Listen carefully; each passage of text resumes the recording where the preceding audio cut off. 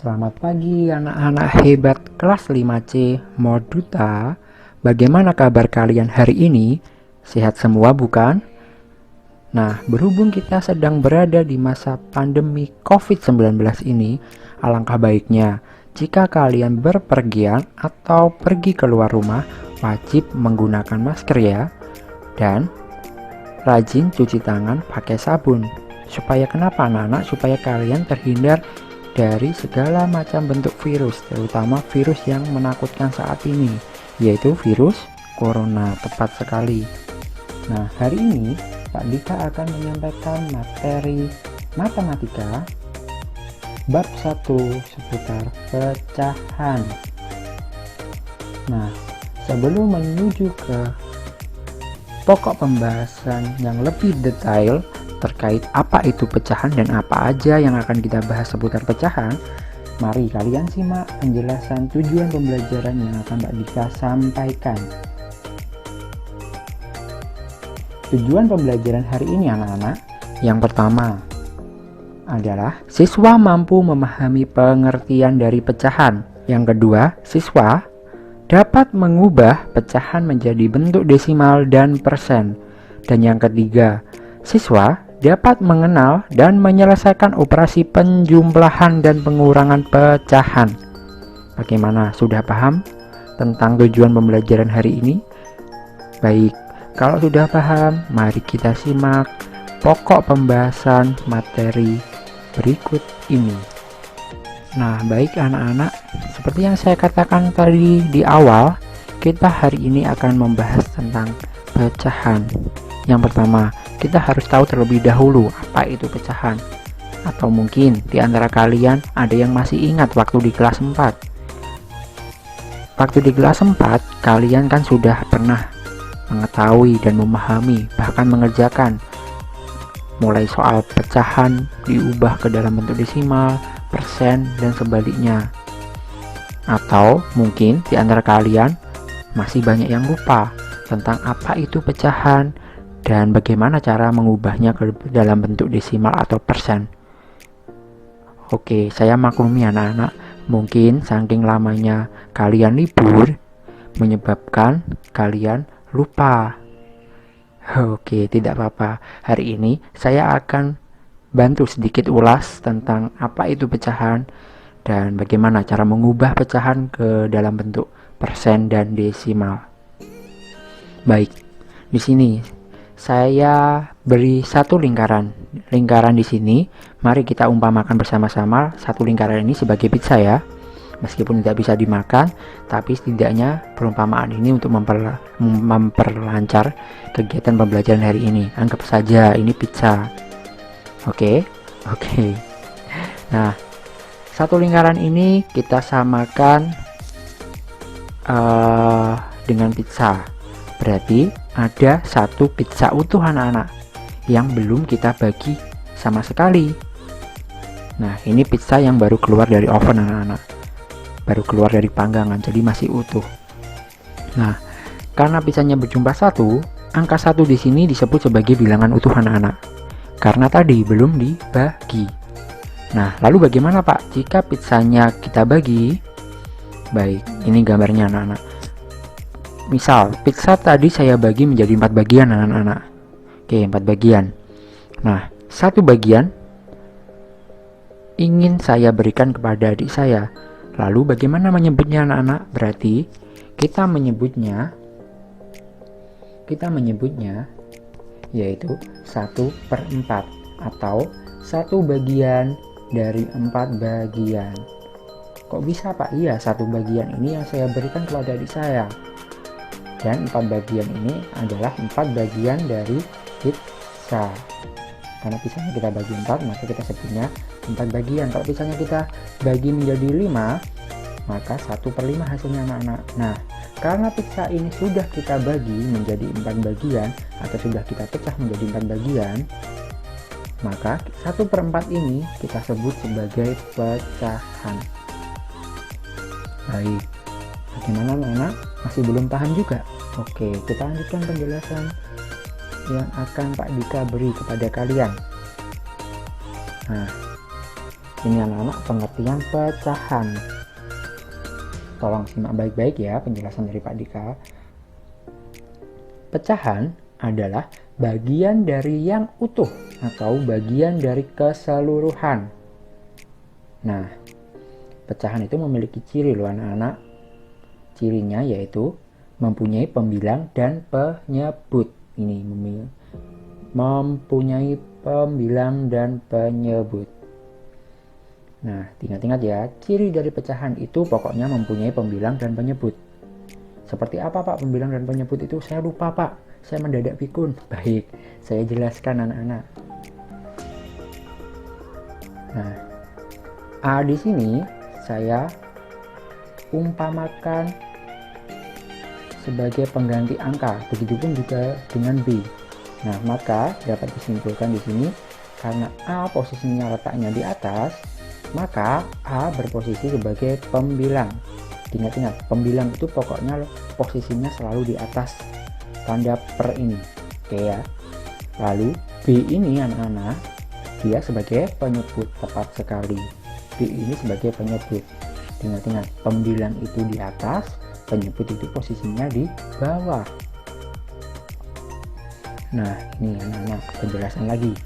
A disebut sebagai pembilang dan B disebut sebagai penyebut. Syaratnya A dan B tidak boleh sama dengan 0.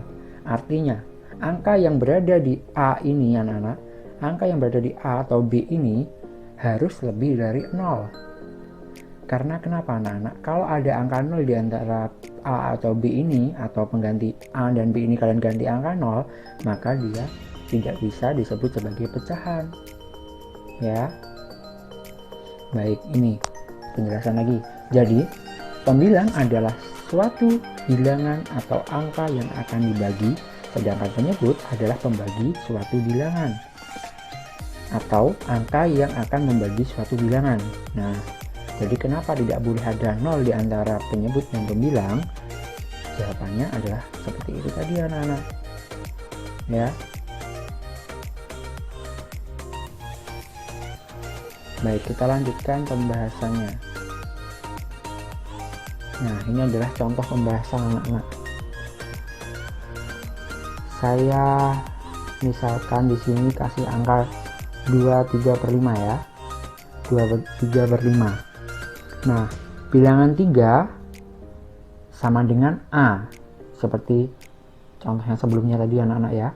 Nah, dia berposisi sebagai pembilang karena letaknya di atas. Sedangkan bilangan 5 berposisi sebagai penyebut karena letaknya di bawah. Nah, lalu bilangan 2 ini bagaimana Pak? Ini seperti yang saya tuliskan di PowerPoint ini anak-anak. Bilangan 2 berposisi sebagai bilangan bulat. Maka dari itu dia letaknya berada di tengah tanda per ini. Paham anak-anak? Baik, kalau sudah paham kita lanjutkan. Nah, ini anak-anak, mengubah bentuk pecahan ke bentuk desimal. Ada dua cara versi Pak Dika. Cara pertama, jika penyebutnya bisa dikalikan dengan bilangan lainnya yang hasilnya 10, maka penyebutnya diubah menjadi bilangan 10. Namun, jika tidak bisa, silahkan dikalikan hingga hasilnya 100. Maksudnya begini, jika bilangannya tidak bisa dikalikan yang hasilnya 10, itu silahkan dikalikan hingga menemukan hasil 100 bulat. Oke, paham ya anak-anak ya. Jadi cara yang pertama ini intinya yaitu penyebutnya dicari dulu menjadi bilangan bulat 10 ataupun 100 ya, menemui angka 10 atau 100, pokoknya hasilnya harus 10 atau 100. Nah, otomatis dari hasil perkalian penyebutnya yang di bawah tadi, pembilangnya juga ikut dikalikan. Ikutnya bagaimana Pak? Tergantung angka berapa yang dikalikan. Seperti contoh ini anak-anak, 3/5. 3/5 ini, 5 ini kan bisa diubah ke 10 ya anak-anak ya, berarti 5 kali 2. Atasnya otomatis juga harus dikali 2, berarti hasilnya adalah 6 kan?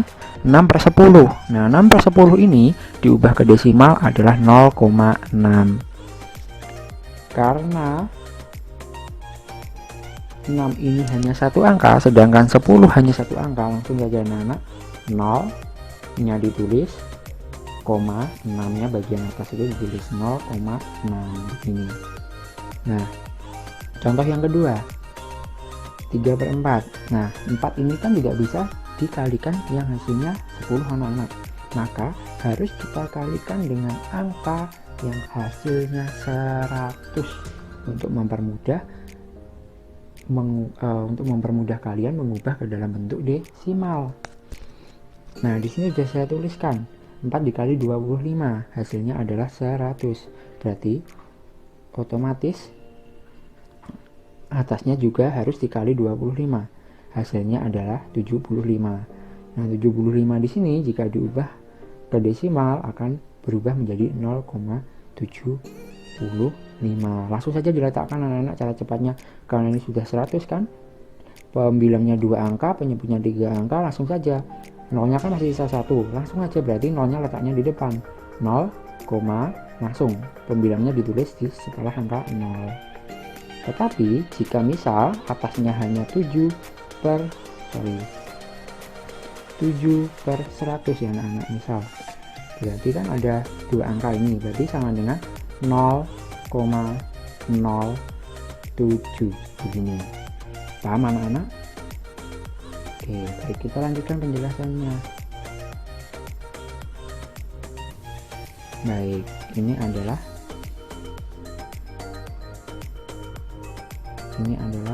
pembahasannya tadi ya anak-anak.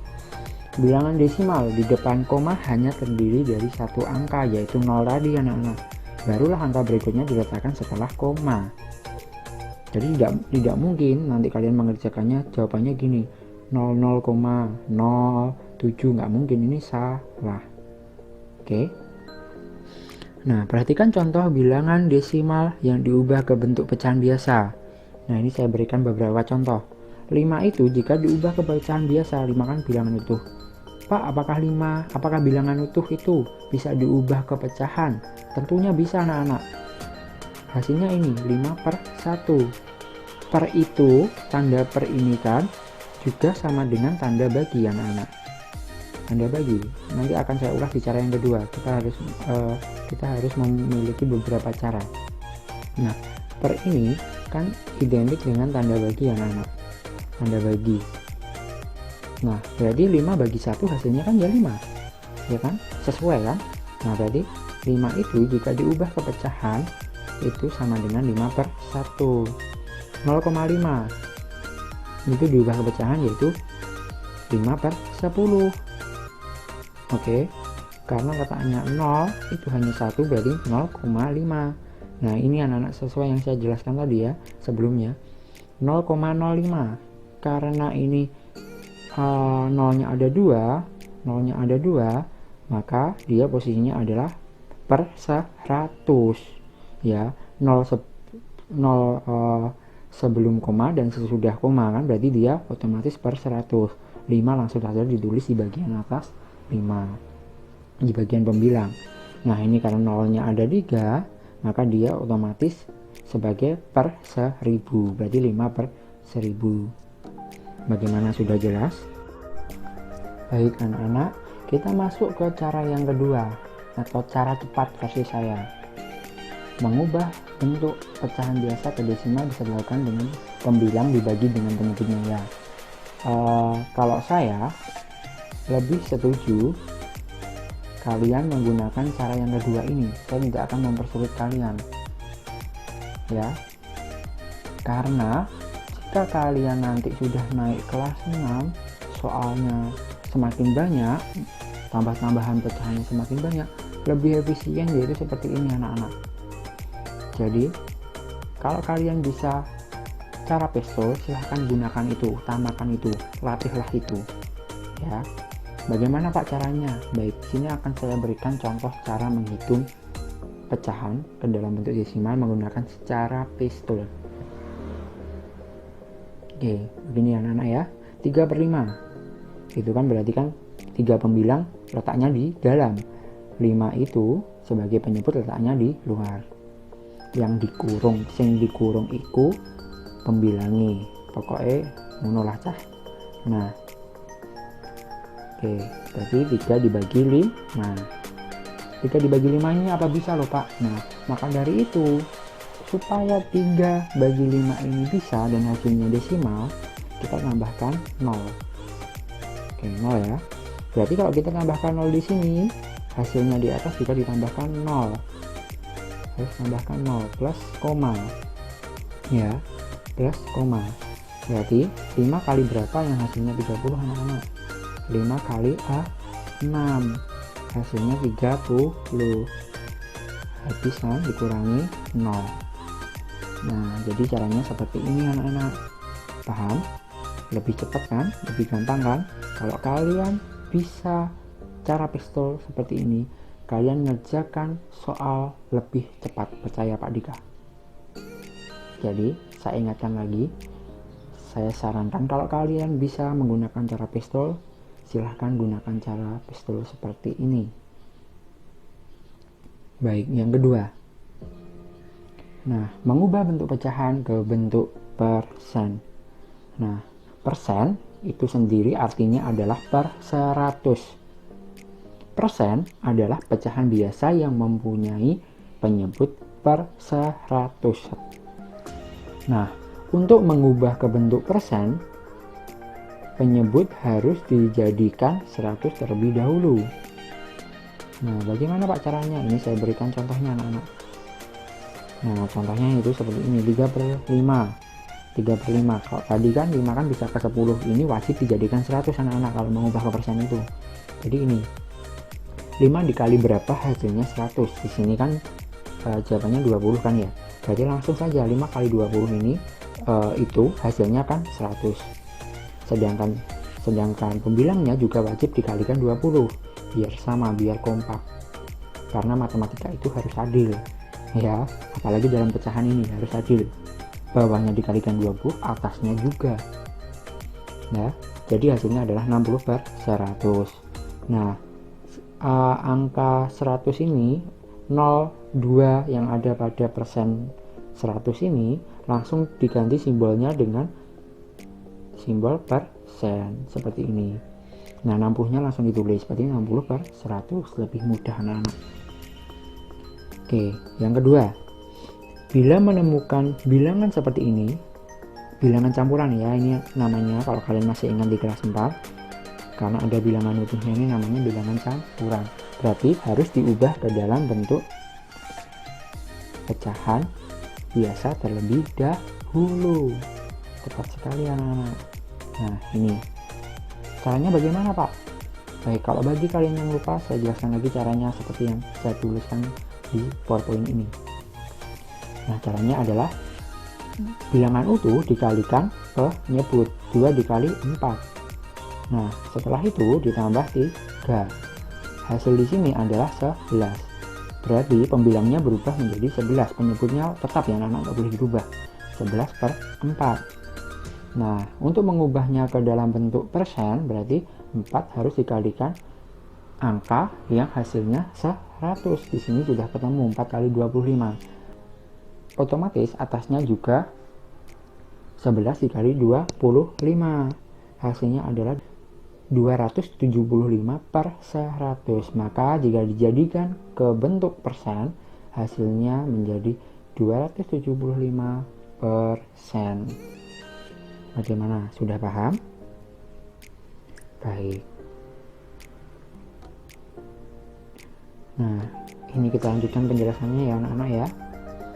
Masih seputar persen dan pecahan. Nah, ini kebalikannya.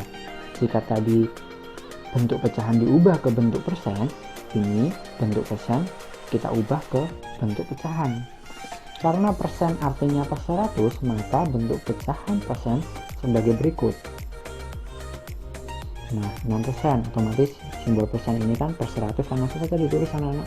100 di bawahnya, per di atasnya, langsung angka 6 ditulis di atas. Begitupun selanjutnya. Ya, begitupun selanjutnya. Paham ya? Mudah ya? 60% sama dengan 60/100, 600% sama dengan 600/100.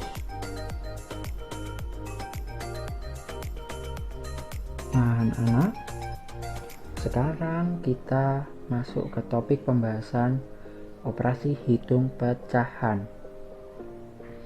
Nah, kali ini saya akan menjelaskan dan memberikan contoh cara menghitung pecahan itu bagaimana. Kalian simak baik-baik ya. Mari kita jawab soal berikut ini. Oh iya, sebelum melangkah ke soal, saya jelaskan terlebih dahulu. Di sini saya bagi menjadi dua ya operasi hitung pecahan itu biar kalian mudah memahaminya.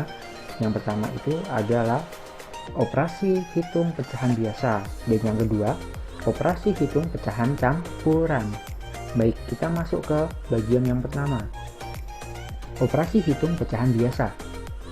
Nah, di sini ada soal 3/4 ditambah 4/8. Bagaimana cara menghitungnya? Baik, langkah yang pertama adalah kalian harus menyamakan terlebih dahulu penyebutnya. Di sini ada angka 4 dan 8, tentunya harus disamakan. Jadi satu angka yang sama. Nah, bisa menggunakan KPK. KPK dari angka 4 itu berapa? Ya kira-kira sama dengan 8. 8 bisa kan ya? Berarti 8. Penyebutnya diganti 8. Caranya bagaimana Pak? Berarti 4 kali berapa yang hasilnya 8? 4 kali 2. Otomatis kalau penyebutnya dikali 2, karena tadi matematika harus adil, berarti atasnya juga harus dikali 2. Berarti 4 kali 2 kan sudah 8. 3 kali 2 yaitu 6. Nah, tanda tambahnya langsung ditulis di sini saja anak-anak. Nah, karena 8 ini sudah hasilnya juga 8, berarti kan 8 kali 1 kan ya. 8 kali 1 hasilnya 8 kan. Di atasnya juga 4 kali 1, otomatis hasilnya juga 4 kan, tulis di sini. Nah, ini pembilangnya langsung ditambahkan aja anak-anak. Penyebutnya tidak perlu ditambahkan. Kalau penyebutnya sudah sama, berarti langsung ditulis kesamaannya itu aja tadi anak-anak. Berarti hasilnya di sini kan 10/8. Ya, betul sekali, 10/8. Nah, kalau 10/8 ini bagaimana? Bisa kalian jadikan pecahan campuran langsung bisa, tetapi lebih baiknya kalian sederhanakan terlebih dahulu biar kalian menghitungnya lebih mudah dengan cara dibagi 2. Ini tanda bagi loh ya anak-anak, bukan sama dengan karena Pak Dika nulisnya menggunakan jempol, jadi hanya bisa garis seperti itu, tidak bisa membentuk lingkaran. Kita bagi menjadi 2, berarti hasilnya adalah 5 per berapa anak-anak? 4. Nah, 5/4 karena pembilangnya masih lebih banyak daripada penyebut, berarti harus kita jadikan pecahan campuran. 5/4 atau 5 dibagi 4 ya anak-anak ya. Pembilang selalu berada di dalam kalau menggunakan cara pistol. Seperti ini juga bisa. Nah, kita berarti 4 kali 1 ya, 4. Sisa 1 yang. Nah, berarti sisa satunya di sini ini kita ketemu 1 ya. 1 sini berarti dia sebagai bilangan itu 1 per sisanya ini letaknya di atas 1/4. Penyebutnya tetap, hasilnya seperti ini anak-anak. Paham ya? Baik, kita sekarang masuk ke bagian yang kedua, yaitu operasi hitung pecahan campuran. Kita berlatih menghitung operasi hitung pecahan campuran. Kalau tadi yang kita hadapi soalnya adalah pecahan biasa semua, sekarang adalah pecahan campuran. Nah, kita tampilkan soalnya seperti ini anak-anak. Soalnya 3/4 ditambah 4/8. Nah, caranya sama seperti tadi, disamakan penyebutnya. Tetapi kalau ada pecahan campuran seperti ini anak-anak ya, biar kalian mudah memahaminya, kita jadikan ke pecahan biasa terlebih dahulu. Betul, caranya bagaimana? Seperti yang saya bahas di pembahasan sebelumnya tadi, yaitu bilangan utuh dikalikan dengan penyebut. 2 dikali 4, setelah itu ditambah dengan 3 ya, hasilnya adalah 2 kali 4 8. 8 tambah 3 adalah 11, berarti 11/4. Nah, 11/4 begini. Ditambah yang kedua juga sama, 1 kali 8 8 ditambah 4 berarti 12/8. Nah, barulah setelah itu anak-anak kita samakan penyebutnya. Ke 8 bisa ya, karena penyebutnya kebetulan sama dengan soal yang tadi. Nah, sekarang kita hitung anak-anak, 4 kali berapa yang hasilnya 8 kali 2 tadi kan ya, atasnya juga kali 2 kan, berarti juga hasilnya ini adalah 22 ditambah tetap ya 12 ya, karena 8 kali 1 12 kali 1 ya, 12. Maka hasilnya adalah berapa anak-anak? 34 per 8. Baik, 34 per 8 kita sederhanakan terlebih dahulu ya, dengan sama-sama dibagi angka 2 saja dulu biar kalian mudah. Angka 2 berarti hasilnya adalah 34 bagi 2 berapa anak-anak? 34 bagi 2.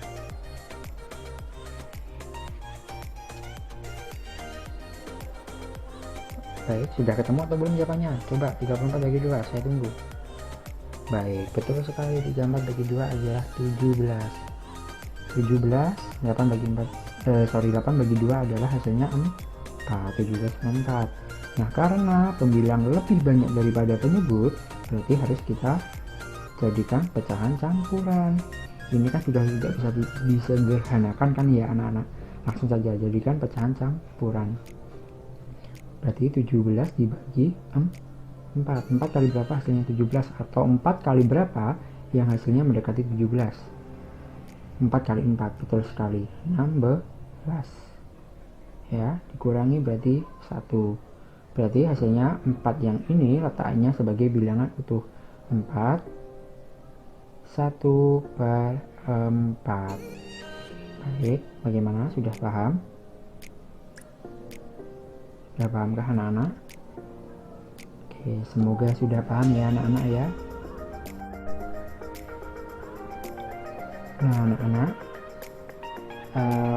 yang terakhir ini adalah tugas untuk kalian, yaitu soal evaluasi materi. Ini wajib kalian kerjakan. Kalian kumpulkan hari Senin tanggal 3 Agustus 2020. Nah, kalian kerjakan di kertas folio ya anak-anak. Jangan lupa diberi nama, kelas, dan nomor absen. Dan satu lagi anak-anak, karena ini adalah tugas individu kalian ya, maka kerjakan secara mandiri ya. Jangan sampai minta tolong kepada orang tua ataupun kakak ataupun saudara lainnya. Karena apa anak-anak? Yang ada di dalam rapot kan nama kalian, bukan nama orang tua kalian, kakak kalian, atau saudara kalian. Maka dari itu kalian harus berlatih secara mandiri dan bertanggung jawab ya. Kalau kalian berhasil melaksanakan tanggung jawab yang Bapak Guru berikan kepada kalian, maka kalian akan menjadi anak-anak hebat di masa yang mendatang, akan menjadi anak-anak yang bertanggung jawab di masa yang mendatang. Amin. Baik, tetap semangat mengerjakan anak-anak. Sampai jumpa di lain waktu ya. Jangan lupa selalu berdoa supaya pandemi ini segera berakhir dan keluarga kita dijauhkan dari segala macam bentuk penyakit, terutama coronavirus ini. Tetap semangat dalam belajar, tetap semangat dalam meraih cita-cita. Salam bangga Pak Dika kepada kalian anak-anak hebat kelas 5C. Sampai ketemu anak-anak.